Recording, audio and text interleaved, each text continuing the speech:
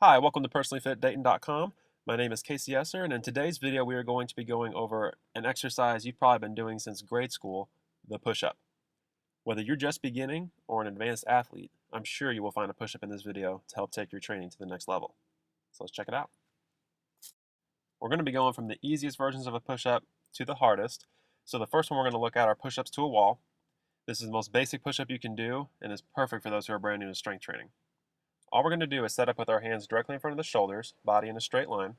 Then we're just going to come down until our face about touches the wall, and then we're pushing back up strong.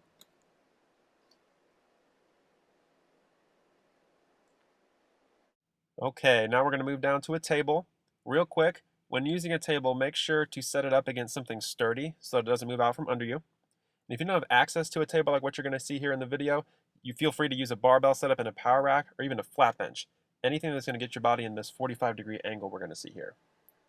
Otherwise, the setup is the same as against the wall. You'll notice the hands are set under the shoulders, the body's maintaining a good straight line from head to toe, and we're just lowering our chest down to the table all the way, and then locking the elbows back out at the top.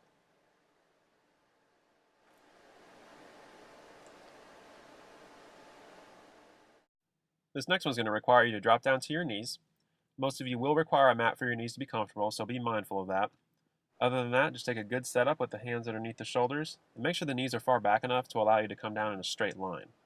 You'll see a lot of people set up with their knees too close in, and the result is that they are forced to come down with their butt in the air.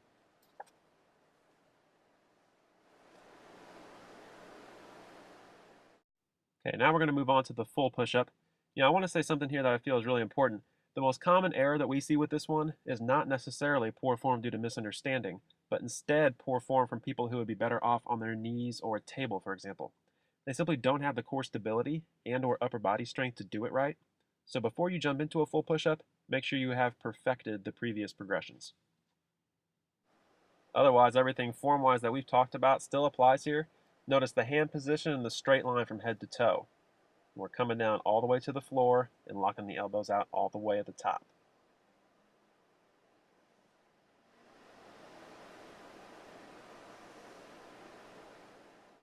Now we're going to be getting into a few advanced versions of the push-up. This first one we're going to look at is a staggered hand push-up. You're going to bring one hand slightly in front of the other, with the purpose being to add more load to the arm that is in front. It is going to be easier to rotate your pelvis and low back on this one, so focus on keeping your hips square to the ground. Alright, because Dan's way cooler than I am, he's going to be the one demonstrating these more advanced push-ups that you're going to see in the following videos. The first one that we're going to look at involves a medicine ball, and he's going to have it set up so it's secure underneath one hand. And the purpose of the medicine ball is going to be to add some instability, in this case on the left side, and really challenge your ability to stabilize the core. And if we can have it under one hand, we can have it under both. So that's what you're going to see here, and that's going to even add a greater stability challenge.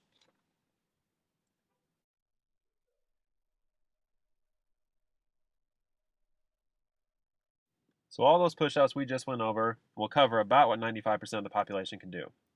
But if you're in that 5% that needs a little bit more of a challenge, check out the following push-ups you're going to see here.